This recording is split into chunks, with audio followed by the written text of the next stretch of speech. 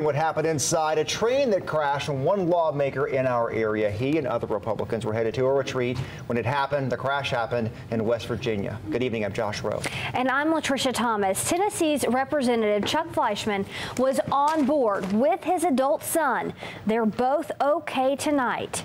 Amtrak says the train collided with a dump truck just before noon today. One person who was in the dump truck died. You can see right here just how much debris was beside the train tracks after that crash. This right here, part of that dump truck. Amtrak says no one on board the train was seriously hurt. But before that news came out, word of that collision traveled fast. Hannah Lawrence begins our team coverage tonight with how Chuck Fleischman's wife heard that news. Hannah. Josh and Latricia, Fleischman's wife knew pretty early on that he was okay, but this is the second time in 6 months that she's watched as the scene at her husband is at plays out on TV.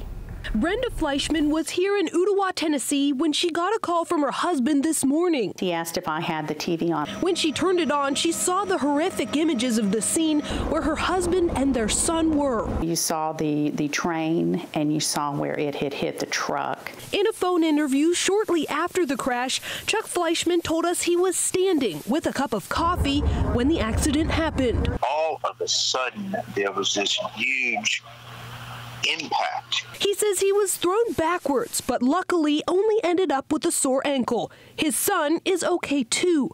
Both got back on the train as it traveled backwards to where they were picked up. It's very somber, sad, quiet mood on the train. For Brenda, this is the second time in 6 months she's watched her husband trapped amid tragedy. In June of last year, he was on the baseball field with his fellow congressman when a gunman opened fire. It was just different seeing it unfold on TV again, to be back at that place. Tonight, she's just thankful that this time all of his coworkers are all right. Fleischman says a few of the lawmakers didn't get back on the train once it crashed. The retreat planned this weekend will still go on. The president and the vice president are expected to be there. Josh. Thank you, Hannah. The NTSB is now investigating the crash. Tonight, we are digging deeper into train accidents across the country and how often they happen. A few moments ago, we pulled some data on a deadly road accidents from the Federal Railroad Administration. Alex George joins us now with more on that. Alex, what'd you find?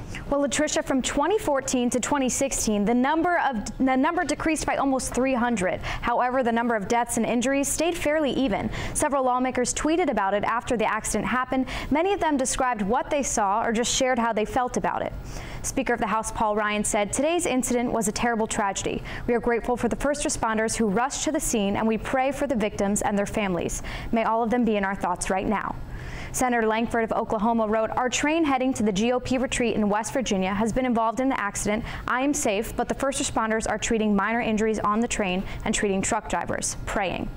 Senate Majority Leader Mitch McConnell wrote in part, "It's impossible to overstate how much Americans we owe to our brave first responders today and every day."